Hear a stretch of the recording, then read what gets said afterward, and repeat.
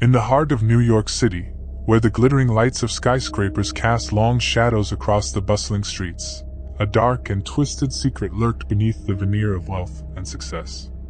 Alexander Kane, a charismatic hedge fund manager, was the epitome of success by day. With sharp suits, a charming smile, and an air of confidence that could convince even the most skeptical investor, he moved seamlessly through the world of finance. But as the sun dipped below the horizon and the city plunged into the inky depths of night, a sinister transformation took place. Alexander Kane, the Wolf Man, emerged from the shadows, shedding his human facade and revealing the predatory creature that lay beneath. His office on the top floor of a gleaming skyscraper served as the perfect cover for his nocturnal activities. The windows that offered breathtaking views of the city by day became mirrors of the darkness that consumed him after hours. As the moon hung in the sky, casting an eerie glow over the city, Kane prowled the streets in search of his prey. His transformation was triggered by a malevolent force that had haunted him since childhood. As a young boy, Kane had witnessed a brutal attack by a pack of wolves in the dense forests of his family's estate.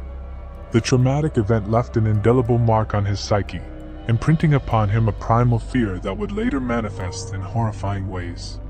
In the twisted corridors of his mind, the lines between man and beast blurred, and the Wolf Man was born. Kane's first victim was a young stockbroker who had crossed him in the cutthroat world of finance. The unfortunate soul found himself cornered in a dimly lit alley, the towering buildings closing in like silent witnesses to the impending horror. Kane's eyes glowed with an otherworldly intensity as he unleashed a guttural growl that sent shivers down the spine of his prey.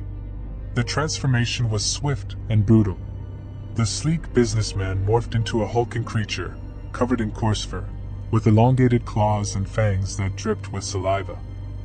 The stockbroker's desperate pleas for mercy echoed in the cold night air as the Wolf Man lunged, tearing into flesh and bone with savage abandon.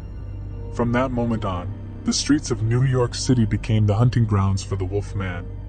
Each night, he sought out those who had wronged him or crossed his path in the world of finance. His victims were chosen not out of hunger, but out of a twisted sense of retribution. The police, perplexed by the gruesome murders, could not comprehend the true nature of the killer they were dealing with. The Wolf Man left behind a trail of mutilated bodies, each one a grotesque tableau of violence. His victims were found with their throats ripped open, their limbs torn asunder, and their faces frozen in expressions of terror. Kane reveled in the duality of his existence. By day, he was the respected hedge fund manager, wheeling and dealing with the city's elite. By night, he was the monstrous Wolf Man, a creature of pure instinct and bloodlust. As the body count rose, a sense of paranoia gripped the city. The once bustling streets now emptied at the onset of night, as residents locked themselves behind bolted doors and windows. Rumors of a werewolf spread like wildfire, fueled by the gruesome tales of survivors who claimed to have glimpsed the creature in the shadows. Detective Sarah Martinez, a seasoned investigator with a reputation for solving the city's most baffling cases, took on the challenge of unmasking the mysterious killer. As she delved into the gruesome crime scenes, she couldn't shake the feeling that something otherworldly was at play. Her investigation led her to Alexander Kane, the enigmatic hedge fund manager with a spotless reputation. Despite the lack of concrete evidence, Martinez sensed that there was more to Kane than met the eye. She followed him through the city's financial district, observing his interactions with colleagues and clients, searching for a connection to the grisly murders. One night, as Kane prepared for his transformation, Martinez closed in on the truth. She followed him through the dimly lit streets, navigating the labyrinth of alleyways that served as the Wolf Man's hunting grounds. The detective's heart raced as she witnessed the horrifying transformation, the once human Kane contorting into a creature of nightmares. Martinez, armed with silver bullets and a determination born of desperation, confronted the Wolf Man in a final, chilling showdown. The moon hung low in the sky, casting an eerie glow over the battleground. The air was thick with tension as the two adversaries faced each other. In the ferocious battle that ensued, Martinez fought for the soul of the city.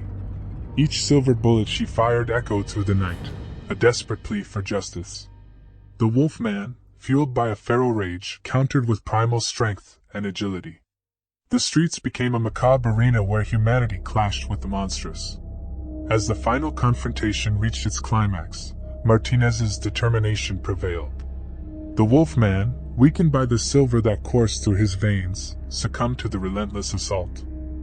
The once mighty creature crumpled to the ground, its monstrous form reverting to the shattered body of Alexander Kane. The detective stood over the defeated monster, her breath heavy with exhaustion. The city, scarred by the terror of the Wolfman, could finally rest. But as Martinez surveyed the aftermath of the battle, she couldn't shake the haunting realization that the darkness that had consumed Kane lingered, waiting for the next opportune moment to emerge. The city, now scarred by the memory of the Wolfman's reign of terror, carried the weight of a chilling secret. As the sun rose on a new day, casting its warm light over the metropolis, the shadows beneath the towering skyscrapers whispered of the monstrous duality that lurked within even the most seemingly ordinary souls. New York City, the city that never sleeps, had witnessed a nightmare that would linger in its collective consciousness, a chilling reminder that monsters can wear the most unsuspecting faces.